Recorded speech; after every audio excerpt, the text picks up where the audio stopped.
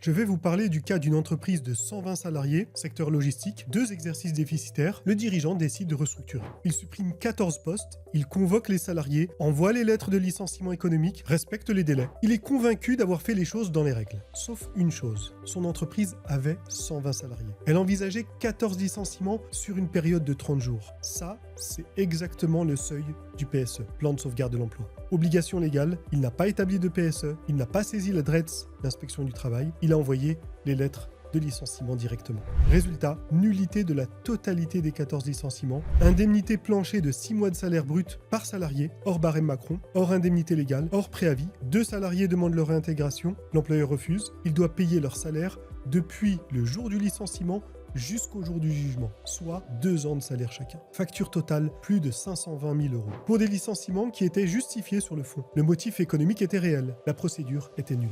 Je suis Aïba Wessi, avocat associé au cabinet Cassius Avocat. Je vais vous apprendre ce que vous devez savoir sur la gestion des relations employeur-salarié et éviter des contentieux. Commençons par la base, et par ce qui génère le plus de contentieux individuels, le motif économique lui-même. Beaucoup de dirigeants pensent que dès lors que leur entreprise perd de l'argent, ils peuvent licencier pour motif économique. C'est faux. La loi est beaucoup plus précise que cela. Les 4 motifs légaux sont prévus par l'article L1233-3 du Code du travail, qui définit de façon stricte et limitative les motifs économiques valables. Les difficultés économiques, et la loi précise, caractérisées par l'évolution significative d'au moins un indicateur économique sur plusieurs trimestres selon la taille de l'entreprise, les mutations technologiques, la réorganisation nécessaire à la sauvegarde de la compétitivité et la cessation d'activité. Ces 4 motifs sont limitatifs, même si la jurisprudence a ajouté l'adverbe notamment à cette définition. Mais un motif qui n'entre dans aucune de ces catégories ne constitue pas un motif économique valable. La sauvegarde de la compétitivité, c'est le motif le plus dangereux. Attardons-nous sur ce 3e motif, la réorganisation nécessaire à la sauvegarde de la compétitivité, parce que c'est là que se joue le plus de procès. Le mot-clé, c'est nécessaire à la sauvegarde. Pas pour améliorer les marges, pas pour optimiser l'organisation, pas parce que le groupe a décidé, nécessaire à la sauvegarde. La Cour de cassation le contrôle scrupuleusement et a fixé la règle clairement dans un arrêt du 9 mars 2004. Une réorganisation répondant seulement à un souci de rentabilité, sans menace établie sur la compétitivité, ne constitue pas un motif économique valable. En pratique, votre entreprise réalise des bénéfices, vous souhaitez supprimer un département pour dégager plus de marge, ça ne constitue pas un motif de sauvegarde de la compétitivité. Votre concurrent principal vient de lancer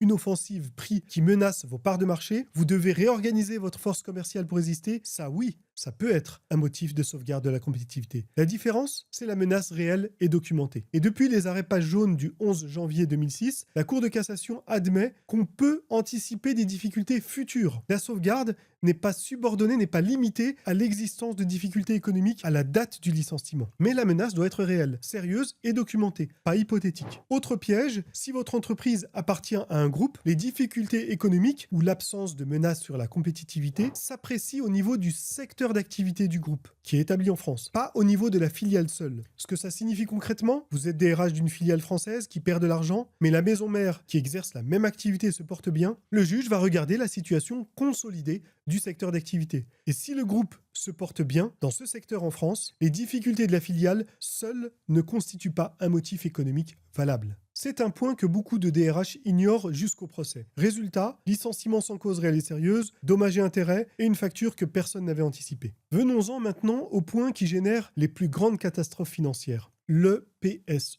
le plan de sauvegarde de l'emploi. C'est l'obligation que les dirigeants ignorent, sous-estiment ou calculent mal. Et quand elle est ratée, la sanction est maximale. Le seuil déclencheur, eh bien, le PSE est obligatoire dès lors que 2 conditions sont réunies simultanément. L'entreprise emploie au moins 50 salariés et elle envisage au moins 10 licenciements économiques sur une même période de 30 jours. Premier point d'attention, le mot envisage. L'obligation naît au stade du projet, pas au stade du licenciement prononcé. Dès que vous savez que vous allez atteindre ou dépasser ce seuil, vous devez engager la procédure PSE avant d'envoyer la première lettre. Si vous attendez d'avoir prononcé les licenciements pour vous demander si vous auriez dû faire un PSE, vous avez déjà perdu. Deuxième point d'attention, le calcul du seuil. Les 10 licenciements, c'est sur une même période de 30 jours, pas sur un mois calendaire. Vous pouvez avoir des licenciements du 15 janvier au 14 février. Si vous en avez 10 sur cette même fenêtre glissante, le seuil est atteint. Troisième point d'attention, les ruptures conventionnelles individuelles n'entrent pas dans le décompte du PSE. Mais certains employeurs utilisent des ruptures conventionnelles pour éviter d'atteindre le seuil. Et si la DRETS, l'inspection du travail ou le juge considère qu'il y a détournement de procédure, les ruptures peuvent être requalifiées. La frontière est très technique. Une fois le seuil atteint, le PSE peut prendre deux formes. Soit un accord collectif signé par des syndicats représentant au moins 50% des suffrages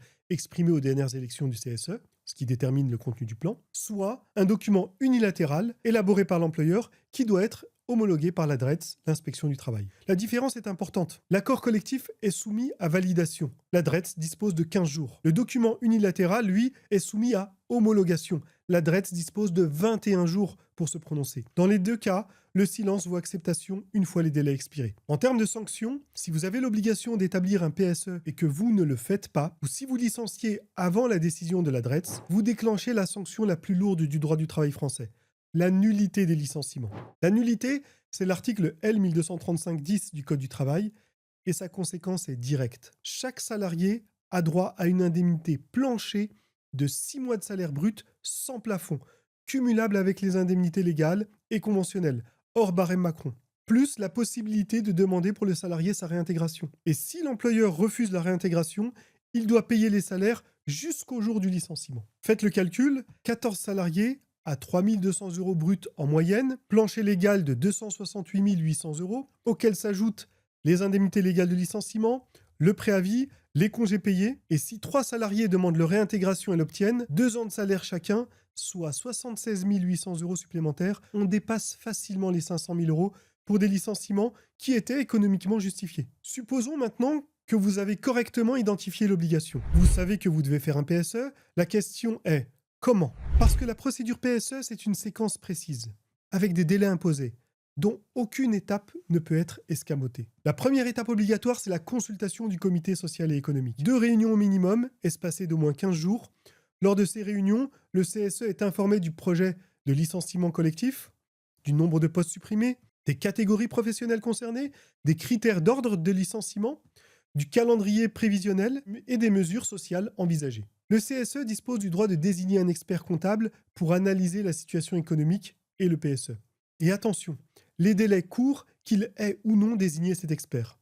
L'employeur ne peut pas accélérer cette phase, même si le CSE tarde à agir. L'erreur classique, tenir les réunions CSE de manière purement formelle, sans remettre les documents obligatoires, sans laisser le temps d'analyse. Le juge peut annuler la procédure si la consultation a été expédiée sans réelle information.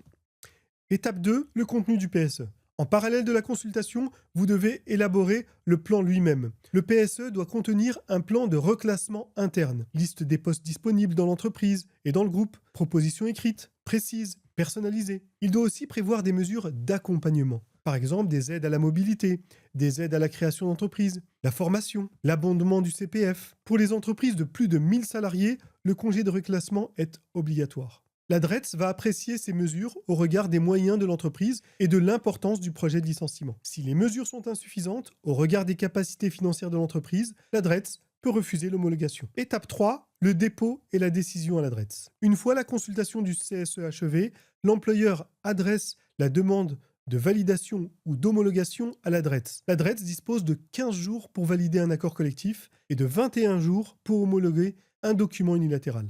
Passé ce délai, sans réponse, la décision est acquise tacitement. Et le point absolument critique, aucun licenciement ne peut être notifié avant que la décision soit reçue ou que les délais soient expirés. C'est l'article L1233-39 du Code du travail. Il nous dit « Il ne peut procéder à peine de nullité à la rupture des contrats de travail avant la notification de cette décision d'homologation ou de validation. » Zéro exception, même si vous pensez avoir respecté toutes les autres étapes. Même si la DRETS, l'inspection du travail, tarde, même si l'activité économique vous presse, vous attendez la décision. Le licenciement économique est nul ou sans cause réelle et sérieuse, non seulement si le motif économique manque, mais aussi si la procédure PSE est ratée. Il est sans cause réelle et sérieuse si l'employeur ne respecte pas son obligation de reclassement, et c'est là que se perdent énormément de dossiers qui semblaient solides. L'article L1233-4 du Code du travail est très clair. L'employeur doit proposer à chaque salarié concerné tout emploi disponible de la même catégorie ou équivalent, ou à défaut, avec l'accord express du salarié, un emploi de catégorie inférieure. Cette proposition doit être écrite, elle doit être précise, elle doit être personnalisée. Écrite, donc pas une réunion où l'employeur évoque vaguement les postes disponibles. Précise, avec le descriptif du poste, la localisation, la rémunération, les conditions. Personnalisée, c'est-à-dire adaptée au profil de chaque salarié. Si l'entreprise appartient à un groupe, l'obligation de reclassement ne se limite pas à l'entité employeuse. Elle s'étend à toutes les entreprises du groupe dont l'organisation, les activités ou le lieu d'exploitation permettent une permutation du personnel. L'employeur doit rechercher activement et prouver qu'il a recherché les postes disponibles dans l'ensemble de ce périmètre. Ce que ça signifie en pratique, si votre groupe a 5 entités en France, vous devez interroger les 5 entités, obtenir la liste de leurs postes disponibles et envoyer des propositions personnalisées à chaque salarié licencié en fonction de ses postes. L'erreur classique, la liste collective. L'erreur que je vois dans une majorité de dossiers, l'employeur envoie à tous les salariés concernés la même liste générique de postes disponibles dans le groupe. Voici les 12 postes disponibles dans nos différentes entités. Faites-nous connaître votre intérêt. La Cour de cassation casse systématiquement cette approche. Elle exige une démarche individualisée. L'employeur doit cibler chaque salarié, les postes correspondant à ses compétences et à sa situation. Envoyer la même liste à tout le monde ne constitue pas un vrai effort de reclassement. Et sans effort de reclassement réel, le licenciement est sans cause réelle et sérieuse, même si le motif économique est parfaitement établi. La preuve du reclassement incombe à l'employeur. Si vous ne pouvez pas démontrer que vous avez cherché, contacté les entités du groupe, obtenu des réponses et proposé de façon personnalisée, vous avez perdu ce point. Je vais maintenant vous lister les 5 erreurs les plus fréquentes dans les licenciements économiques, celles que je vois dans des dossiers contentieux semaine après semaine. Erreur numéro 1, ne pas consulter un avocat avant de fixer le seuil. La première erreur est la plus simple et la plus coûteuse. Ne pas vérifier avant tout projet de restructuration si l'on est ou non assujetti au PSE. Le calcul du seuil dépasse souvent le simple comptage des postes supprimés. Il faut prendre en compte les départs négociés, les périodes de 30 jours glissants, le périmètre US. Erreur numéro 2, confondre motif économique et décision de gestion. La deuxième erreur, c'est de croire que toute décision de réorganisation constitue automatiquement un motif économique. J'ai vu des licenciements fondés sur une réorganisation des services sans jamais démontrer la menace sur la compétitivité.